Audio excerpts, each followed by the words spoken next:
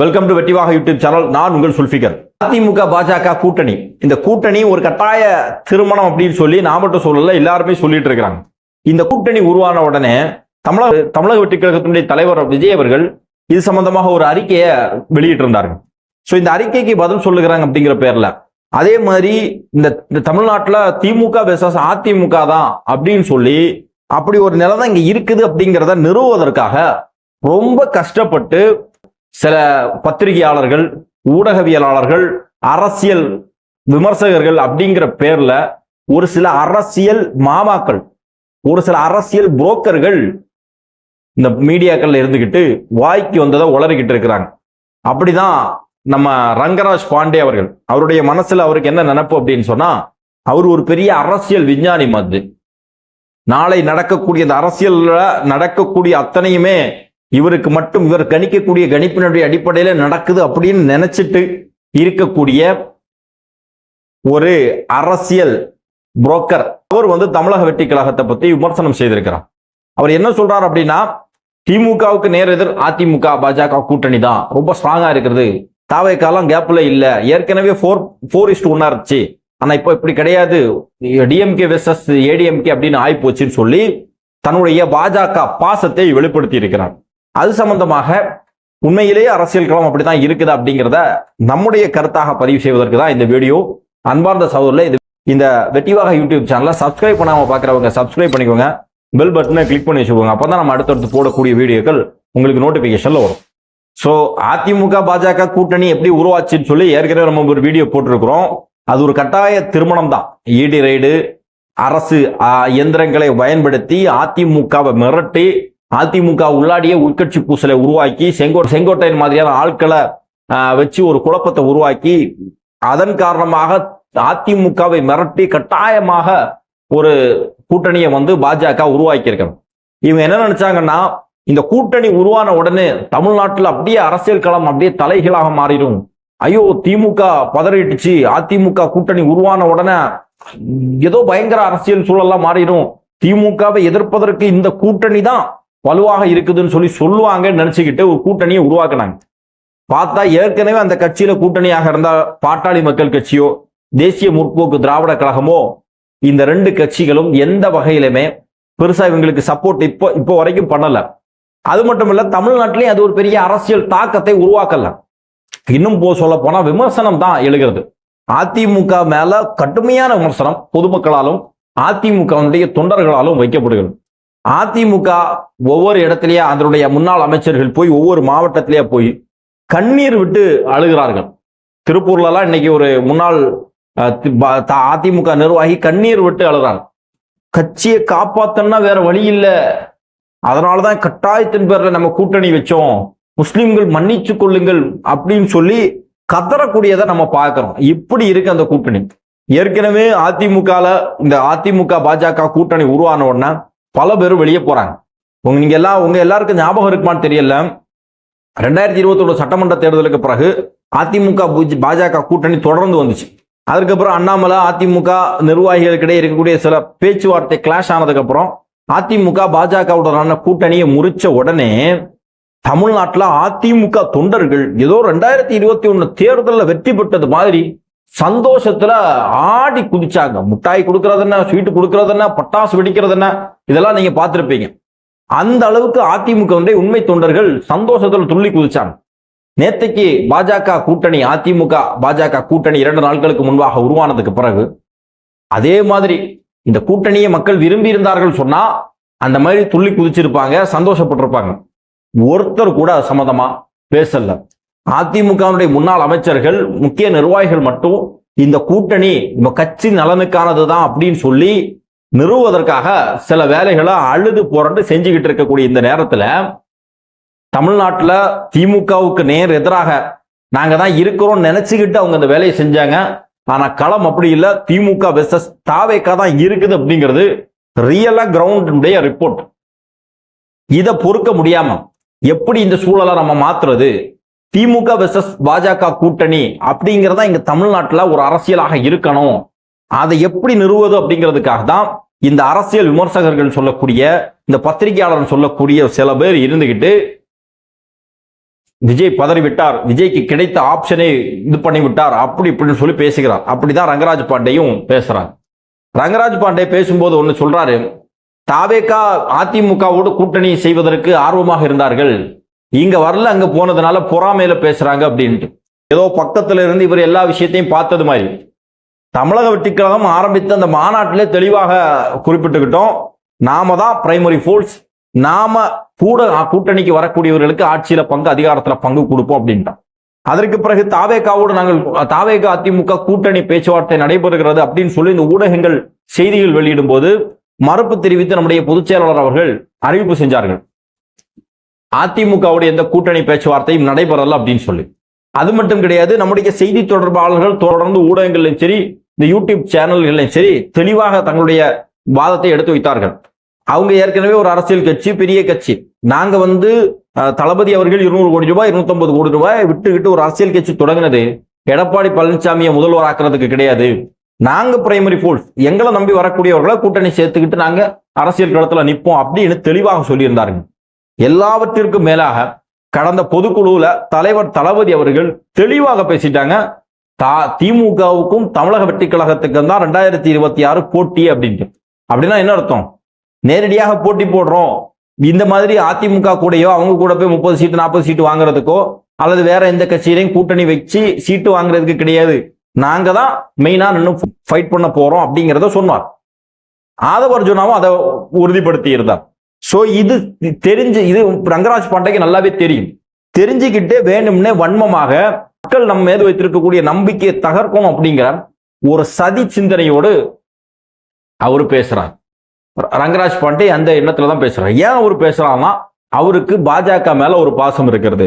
அவர் எப்பவுமே தன்னை நடுநிலைவாதின்னு சொல்லுவார், ஆனா ஒரு முறை கூட நடுநிலையாக அவர் இருந்தது கிடையாது. பாஜக ஆதரவு மனநிலையோடு தான் அவர் செயல்படுவார். பாஜகவுடைய ஆதரவாளர் முழுக்க முழுக்க RSS கொள்கை சித்தாந்தங்களை நான் நடுநிலையாளர் சொல்லி பேசக்கூடியவர். அவருக்கும் ஆடிட்டர் குருமூர்த்திக்கும் பெரிய வித்தியாசம் எல்லாம் கிடையாது. இரண்டுமே ஒரே குட்டையில ஊர்ன மட்டதான் சொல்லணும். என்ன, இவரு பொதுவாக தந்தி சேனல் மாதிரி சேனல்கள்ல இருந்ததுனால ஓரளவுக்கு நியாயமா பேசுறது மாதிரி பேசுவார். ஆனா வெளிப்படையாக அவருடைய இந்த பார்ப்பனிய மேலாதிக்க சிந்தனையை பல இடங்கள்ல வெளிப்படுத்தி இருக்கிறார். அதை நம்ம பார்த்திருக்கிறோம். அவருக்கு பாஜக கூட்டணி, அதுவும் சொல்றாரு, பாஜக அதிமுக கூட்டணி அதுவே பெரிய ஸ்ட்ராங் ஆயிடுச்சு அப்படின்னு சொல்றாரு. பல தொகுதிகளில் நாங்க 2வது இடத்துல வந்தோம், பாஜக 2வது இடத்துல வந்துச்சு. உண்மைதான், 78 தொகுதியில 2வது இடத்துல வந்தாங்க. அப்போ தமிழக வெற்றி கழகமோ தளபதியோ கிடையாது. அப்ப விஜய்னு சொல்லக்கூடிய ஒரு ஃபோர்ஸ் கிடையாது. இப்ப இருக்குது. உங்களுடைய பழைய தேர்தல் கணக்குகளையோ பழைய ஓட்டு சதவீத கணக்கோ ஒட்டுமொத்தமா ரீசெட் பண்ணியாச்சு. இனி 2026 அது புதுக்களம்.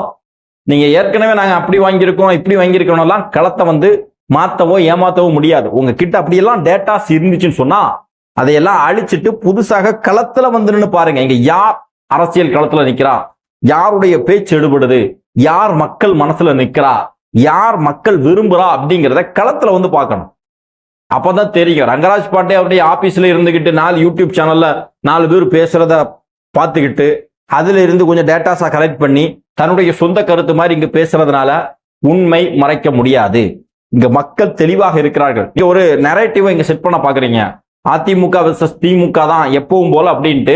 அதெல்லாம் கிடையாது. நீங்க ஒரு நரேட்டிவை செட் பண்ணீங்கன்னா மக்கள் வேற ஒரு நரேட்டிவை செட் பண்றான். நீங்க பாருங்க, பல யூடியூப் சேனல்கள் அதிமுக பாஜக கூட்டணி சம்பந்தமாக மக்களிடம் கருத்து கேட்கும்போது அதுல போய் மக்கள் சொல்றான், எங்களுக்கு தாவேக்கா தான், இந்த முறை நாங்க தாவேக்காக்கு தான் ஓட்டு போடுவோம் அப்படின்னு சொல்லி.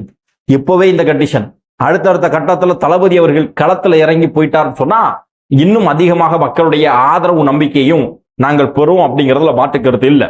அடுத்து இன்னொரு விமர்சனம் வைக்கிறார், திமுக தாவேக்காக்கு தானே போட்டி, அப்படி இருக்கும்போது பாஜக அதிமுக கூட்டணி உருவானா இவங்களுக்கு என்ன, இவர் ஏன் கருத்து சொல்லணும், இவர்கிட்ட யாராவது கேட்டாங்களான்னு. அதைத்தான் நம்ம ரங்கராஜ் பாண்டேட்டையும் கேட்க வேண்டியிருக்கு. நீங்க ஏன் கருத்து சொல்லணும், உங்கள்கிட்ட யாராவது கேட்டாங்களா? நீங்க என்ன எல்லாருக்கும் அத்தாரிட்டியா, உங்கள்கிட்ட கேட்டதான் பதில் சொல்லணுமா? திமுக எங்களுடைய அரசியல் எதிரி, பாஜக எங்களுடைய கொள்கை எதிரி. தமிழ்நாட்டினுடைய நலன்களுக்கு எதிராக பாஜக இருந்து கொண்டிருக்கிறது. தமிழ்நாட்டுக்கு நிதி கொடுக்க மாட்டேங்கிறான். தமிழ்நாட்டில் மக்களுடைய மாணவர்களுடைய கல்வியை கெடுத்துக்கிட்டு இருக்காங்க, மும்மொழி கொள்கையை திணிக்கிறாங்க. இப்படி பல விஷயங்கள்ல தமிழ்நாட்டினுடைய சுயாட்சிக்கு எதிராக பாஜக இருக்குது. வகுப்பு சட்ட திருத்தம் மாதிரியான அயோக்கியத்தரமான சட்டங்களை கொண்டு வந்து மக்களை பிளவுபடுத்துகிறார்கள். அப்படிப்பட்ட ஒரு கட்சியோடு தமிழ்நாட்டில் இருக்கக்கூடிய ஒரு பிரதானமான கட்சின்னு சொல்லக்கூடிய அதிமுக கூட்டணி வச்சா இந்த கூட்டணி சரியா தப்பா, இந்த கூட்டணி அயோக்கியத்தனமானதுன்னு மக்கள் மத்தியில் அம்பலப்படுத்த வேண்டிய பொறுப்பும் கடமையும் ஒரு எதிர்கட்சிக்கு இல்ல அப்படின்னு சொல்றதுக்கு ரங்கராஜ் பாண்டேக்கு என்ன உரிமை இருக்கு? யார் என்ன பேசணும் யார் என்ன பேசக்கூடாது அப்படின்னு சொல்லி முடிவெடுக்கிறதுக்கு RSS எடுக்க முடிவுக்கு கட்டுப்படுறதுக்கு பாஜக காரன் கட்டுப்படுவான், அதிமுக காரன் கட்டுப்படுவான். தமிழக வெற்றி கழகம் நாங்க ஏன் கட்டுப்படணும்? தமிழக வெற்றி கழகம் நீங்க சொல்றதை கேட்டு செய்யறதுக்காக இருக்குது. அதுல இன்னொரு விஷயம் சொல்றாரு, அந்த திமுக கூட பாஜக மறைமுக கூட்டணியில் இருக்குதுன்னு சொல்லி விஜய் அவர்கள் சொல்றாரு. இதனுடைய உண்மைத்தன்மை என்னன்னு கேட்கும்போது அது இல்ல, திமுகவும் பாஜகவும் தான் கொள்கை விரோதி, பாஜகவும் தாவேக்காவும் கொள்கை விரோதி கிடையாதுன்னு சொல்றாரு. எதை வச்சு சொல்றீங்க? திமுக கூட இதே ராஜ்நாத் சிங்கை கூட்டு கொண்டு வந்து நிகழ்ச்சி நடத்துறாங்க, இதே மோடிய சிவப்பு கம்பளம் போட்டு வரவேற்கிறாங்க, இதே அண்ணாமலையை கூப்பிட்டு நிகழ்ச்சி நடத்துறாங்க, அர்ஜுன் சம்பத்தை கூப்பிட்டு நிகழ்ச்சி நடத்துறாங்க. இந்த மாதிரி அவர்களோடு ஒரு இணக்கமான சூழல், வெளிப்படையா அரசியல் ரீதியாக சில கருத்துக்களை பேசினாலும் இணக்கமான சூழல் அவங்க போயிட்டு இருக்கிறாங்க. ஆனா தமிழக வெற்றி கழகம் எந்த இடத்திலையுமே பாஜகவோடு சமரசம் செய்தது கிடையாது. பாஜக கொண்டு வரக்கூடிய நாசகாரமான திட்டங்கள் சட்டங்கள் எத்தனையுமே நம்ம எதிர்க்கிறோம். அப்படி இருக்கக்கூடிய பட்சத்துல கொள்கை விரோதி கிடையாதுன்னா என்ன சொல்லணும்? கொள்கை விரோதின்னா எப்படி காமிக்கணும்? அவருடைய தலைமுடியை பிடிச்சி மாறி மாறி சண்டை போட்டாதான் கொள்கை விரோதின்னு எடுத்துப்பீங்களா? என்ன ரங்கராஜ் பாண்டே அவர்கள், நீங்க உங்களுக்கு சாணக்கிய சேனல்ல இருக்கக்கூடிய அவன் தான் உங்களுடைய சப்ஸ்கிரைபரை பாதி பேர் முட்டாள்னு சொல்லிட்டு இந்த வீடியோக்கள் எல்லாம் நாங்கெல்லாம் பார்க்க மாட்டோம் அப்படிங்கிற தைரியத்துல நீங்க பேசுறீங்களா அப்படின்னு தெரியல. நீங்க தந்தி டிவில வேலை பார்க்கும் போதே பயங்கரமா இருந்து அரசியல் ஆர்வம் சொல்றேன், கருத்து கணிப்பு சொல்றேன்னு சொல்லி இருந்து உருட்டுவீங்க.